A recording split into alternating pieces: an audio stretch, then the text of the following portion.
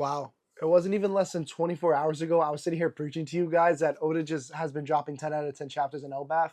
And 1183 is no exception to that. He has come out and put out another 10 out of 10 chapter. And it's honestly crazy because he's doing this while giving the big fight, and honestly the biggest fight in my opinion in the arc, Emu versus Loki and Ragnar. And he's doing that in 3-4 panels every chapter. And it is a good ass chapter. Like it's balancing pretty well.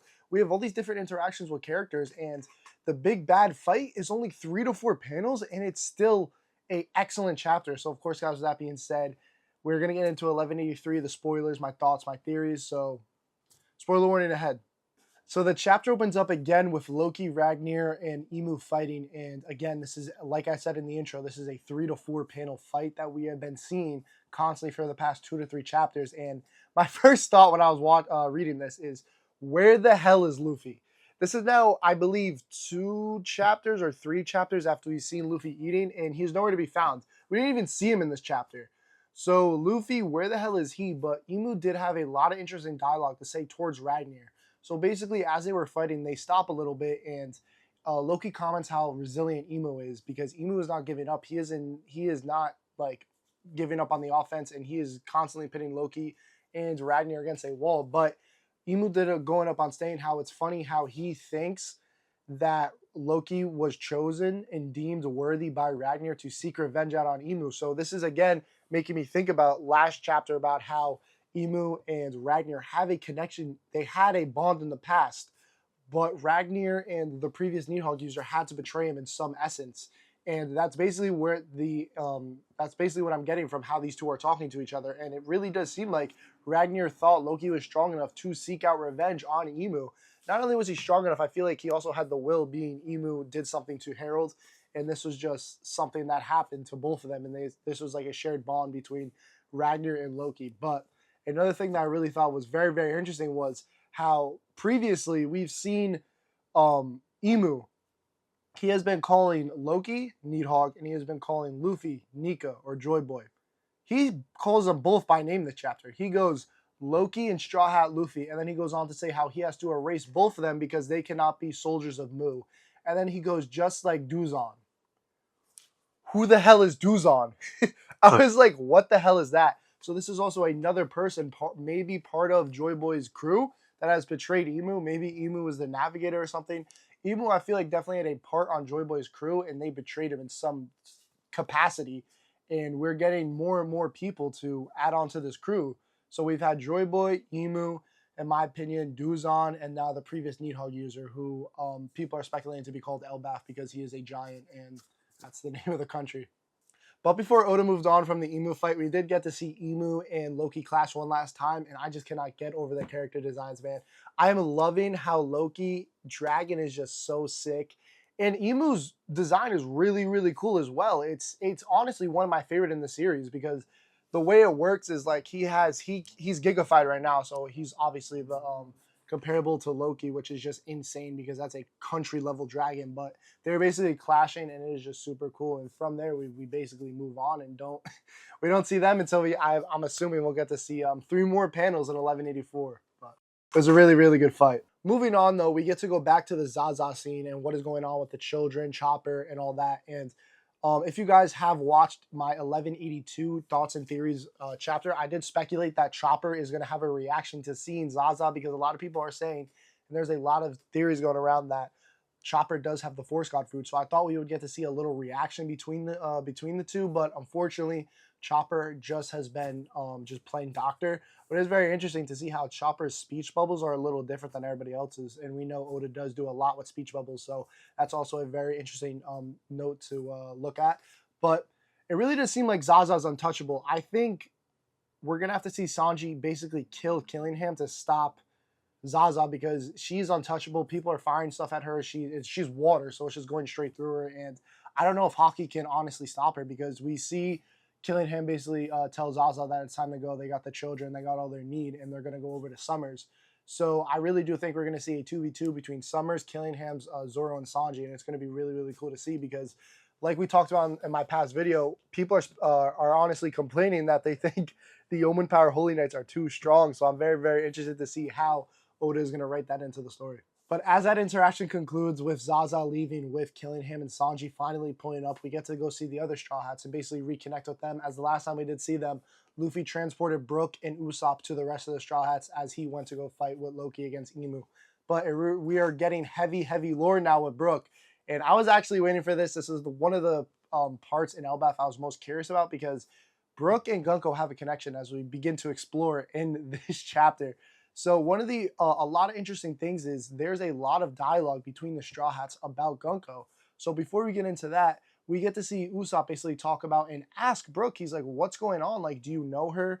And Brooke basically goes on to say, "Yes, he did know her, but he wished to never see her again," implying that there is some bad blood between Gunko and Brooke. But Brooke says though that if that was the same person, she would be 77 by today's age because that was 70 years ago that Brooke knew him, and knew her. So Brooke is just a little confused. Nami does say that she is a celestial dragon, so maybe she's just a lookalike. She's from the lineage, and we basically get that question as Jinbei comes back and he goes, "She is frozen shut," and they have to basically decide, and the decision is going to be on Brooke to whether they should kill her or spare her. And it's actually really cool because these are heavy stakes. Like I don't think we've ever like seen Jinbei talk about just killing somebody like that. So these are heavy stakes that we're dealing with. But as we finally go on to jump right into Brooke's backstory, and this is where the chapter really picked up.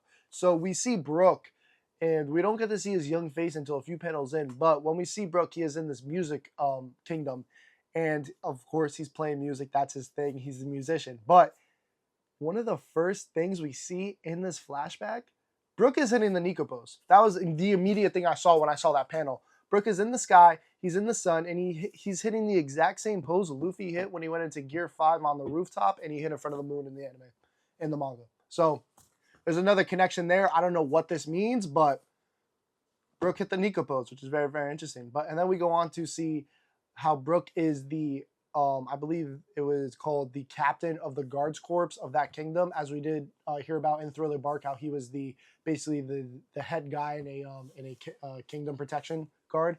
And it's really interesting to see because we finally get to see what younger Brooke looks like, what he's been up to, what he's doing in the East Blue, and we finally get to see young Gunko. She's 7 years old. Her name is Shuri, and she has the same multicolored eyes we see her in the current day manga. So it is really interesting to see where that goes from there, man.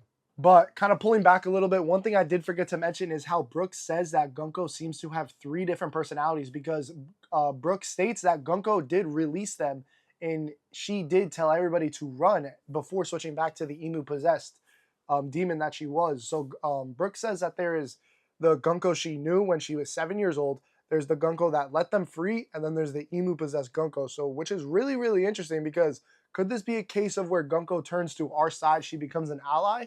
Or like Jinbei said, is this going to be a case where we just have to kill her because she's too far gone? I do not know, but I feel like Oda is setting her up to be a victim in some sense, especially where we see the backstory go. So getting back to that, it really does seem like Brooke is much more powerful than we let him on to be because we get to see him use some attacks, and they call it the Swift Slash, and people are begging him to teach him it. And as we can see, we've seen him use it before, of course, in the manga.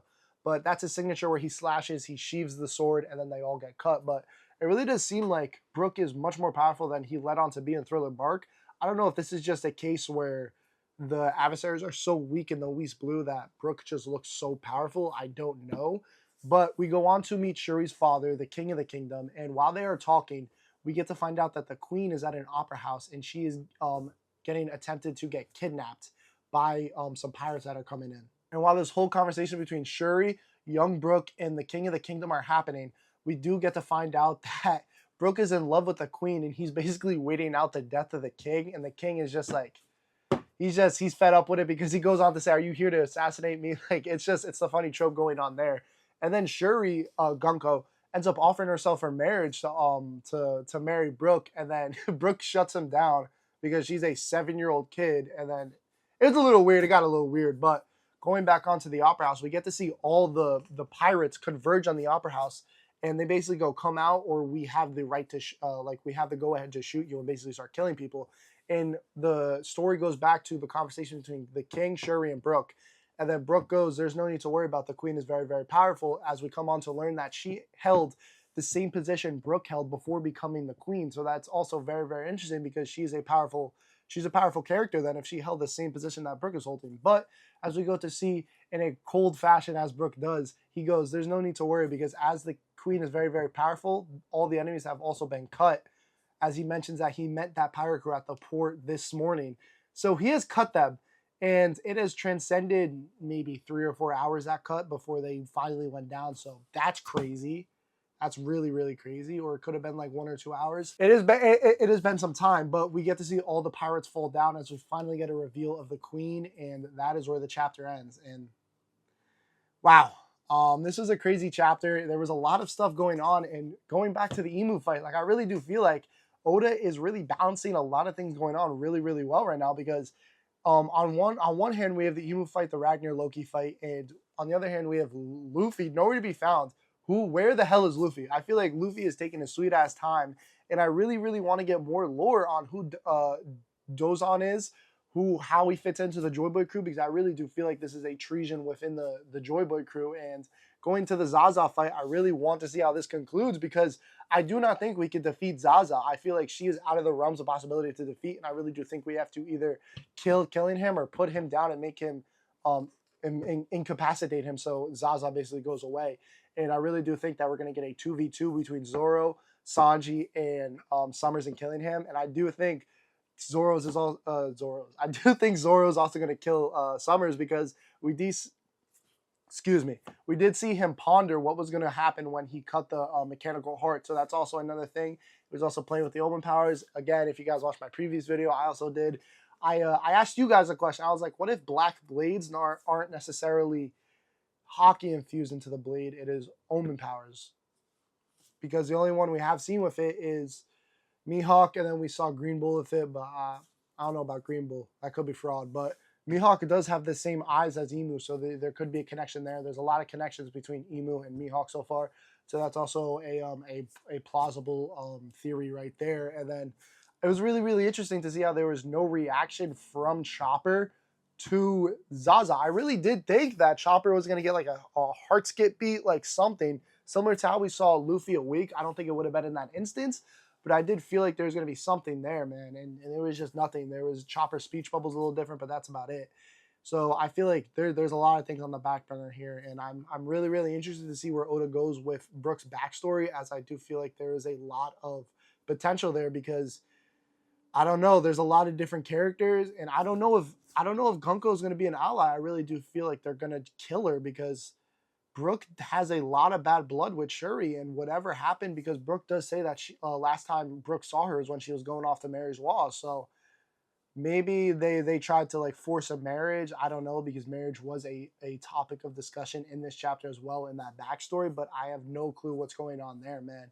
And it's really, really interesting to see, because funny enough, when they were talking and all the Straw Hats were talking about, before we went into the flashback fully, Usopp was like, yeah, what was that about? Like, it seems like you had a bone to pick with Gunko. And he goes, it was a serious matter, so that's why I felt like I had to step in, which made me laugh, because like Usopp really did step in, and he really did like put up a decent fight. So that was really, really, really interesting. And yeah, I'm so excited for 1184. Thank the heavens there is no break this week. So same time next week, we'll be getting a chapter. I cannot wait for that. And I really do think we're going to go, we're going to either step away from the Emu fight in all. I don't think that we can fully step away. I feel like we're going to stay with the same 3 to 4 panels. But I also think we're going to start going more into the Zaza Killingham interaction with Sanji, and then we're going to also go into the Summer Zoro interaction there. And I feel like either that or just going to go fully into the Brooke backstory, which I don't know how that's going to happen, where that's going to go. But it's really, really interesting to see where Oda is taking this. I did not think Oda would take this story in this direction right in the moment where we are with all the things that are happening. And Oda has he's really in his own realm when it comes to what he's been doing with One Piece, man. I cannot wait for 1184. Like, I cannot stress that enough. It is absolutely crazy. And I really do feel like Luffy is going to show up. Luffy has to show up. Like, where is he? Where is Luffy, man? Like, I really do feel like we're overdue to see Luffy. It's only been 2 chapters, but in our time, it's been like a month. So, like, I'm getting impatient. That's basically what I'm saying. I'm getting impatient. I want to see Luffy because I do think, while I did speculate that Chopper was going to have a reaction to seeing Zaza, Luffy will 100% have a reaction to seeing Emu. There's no way in hell we're not going to see a reaction from Emu seeing Nika, and I feel like Nika's will take over that. I said that whole last video. I had that whole theory going on. There's a huge demonic side to Gear 5, and I really do feel like Luffy, to master Gear 5, he has to go through that. He has to get taken over by Nika, because that is going to basically conflict his whole ideology about being the freest person. You can't have true freedom when there's somebody else in your body taking control over your mind. So it's going to be really, really cool to see how Oda handles that. And I do feel like he has a lot of potential to do that because, again, 2 chapters ago, I think it was 1181 or 1180, we saw how Emu got hit was he let down his guard and started screaming for Joy Boy. People thought that was goofy, but I really do like how we're getting character development on Emu. So there's a lot going on there, and I feel like Oda has a really good opportunity to use that and to do that. So there's a lot of stuff going on there. Again, Sanji, I really do feel like he's going to use Black Flame soon, especially to combat a water god, a rain god. Come on, you got to use some high heat, and we've seen him with Blue Flames. I feel like the next step is Black Flames because he saw Emo do it, and then we've also seen Luffy. He had to get hit once by Advanced Conqueror's Haki by Kaido to imitate that and use it on him again. So it only takes these high elite fighters one time to see something, and then they can replicate it. And which is also why I think Zoro is gonna either try to use a different kind of omen or try to use that on his swords. It's gonna be really, really interesting to see where that goes from there. And of course, the Brooke backstory, where that's gonna go, I'm super curious. I'm super interested to see where Oda takes that. But 1183 was an excellent chapter. Another 10 out of 10. Like I can't get enough of these Elbaf chapters. I really can't. But that being said, guys, same time next week for 1184. Of course, I will be there. Of course, giving you guys the immediate reporting for that because I love making these videos and I love reading One Piece. So, of course, I got to give that to you guys. So, with that being said, please highly consider liking and subscribing as this will tell me what kind of videos you guys love, what you guys want to see more.